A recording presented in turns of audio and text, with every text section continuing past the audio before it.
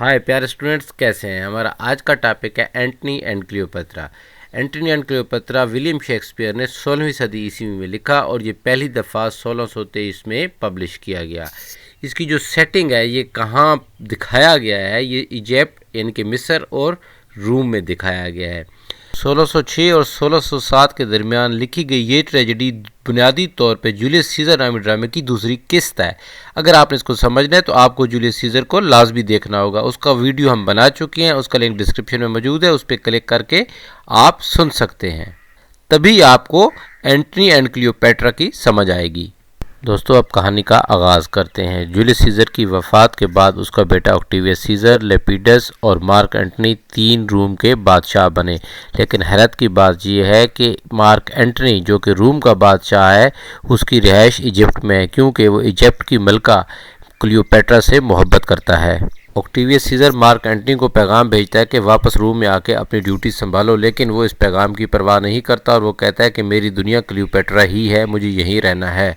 इस दौरान फुलविया, जो कि मार्क एंटनी की वाइफ रूम में रह रही है, वो ऑक्टेवियस सीजर के खिलाफ जंग छेड़ देती है और वो इस जंग में मारी जाती है। दूसरी तरफ पोम्पे द ग्रेट का बेटा सेक्सटिस पोम्पे रूम के तीनों बादशाहों के खिलाफ महाज खड़ा कर देता है। इन हालात में मार्क एंटनी वापस रूम आने का इरादा करता है और वो क्लियोपेट्रा को कहता है कि मुझे जाना होगा। क्लियोपेट्रा नाराज़ होती है, लेकिन क्लियोपेट्रा की नाराज़गी के बावजूद वो रूम की तरफ पलटता है। वहाँ उसकी बहस छिड़ जाती है किसके साथ? ऑक्टेवियस सीजर के साथ, जो कि बेटा है जूलियस सीजर का।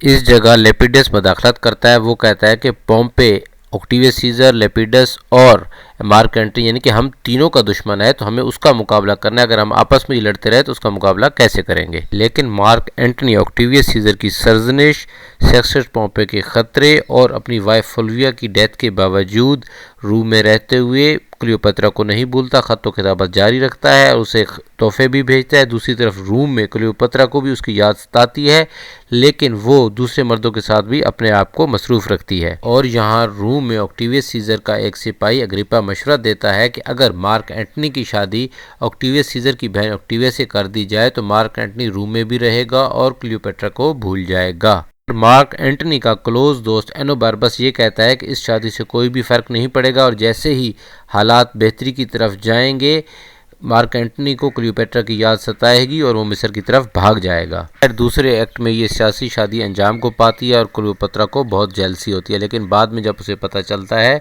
कि ऑक्टेविया इतनी खूबसूरत नहीं है तो वो शांत हो जाती है। दूसरी जानिब इटली में जंग का खतरा टल जाता है और पोम्पे से तीनों बादशाहों की इस बात पे सुलह हो जाती है कि वो सिसिली और सर्डिनिया का इलाका पोम्पे को दे देंगे। इस खुशी में पानी में ही दावत उड़ाई जाती है और शिप पे मिनस, जो है पोम्पे का आदमी है, वो पोम्पे को कहता है कि अगर आपकी इजाज़त हो तो ट्रायम्विरेट यानी कि रूम के तीनों बादशाह नशे में टुन है, मैं इनको कत्ल कर दूं। लेकिन पोम्पे कहता है कि ये मेरे ज़र्फ़ के ख़िलाफ़ है, मेरे असूलों के ख़िलाफ़ है, ऐसा ना कीजिए। सुलह के बाद मार्क एंटनी और उसकी बीवी ऑक्टेविया एथेंस चले जाते हैं। एथेंस में ऑक्टेविया मार्क एंटनी को कहती है, तुम और सीजर आपस में अच्छे ताल्लुकात रखना, नहीं तो मैं किस जगह जाऊंगी। रूम की सूरत हाल बदल जाती है। ऑक्टेवियस सीजर एग्रीमेंट तोड़ देता है और पोम्पे को फतह कर लेता है। पोम्पे को फतह करने के बाद वो 3 बादशाहों का एग्रीमेंट भी तोड़ देता है और लेपिडस को भी जेल में डाल देता है, उसकी तमाम जायदाद अपने कब्जे में कर लेता है। ऑक्टेविया एथेंस से अपने भाई के पास रूम पहुंचती है और शिकवे देती है मार्क एंटनी के, लेकिन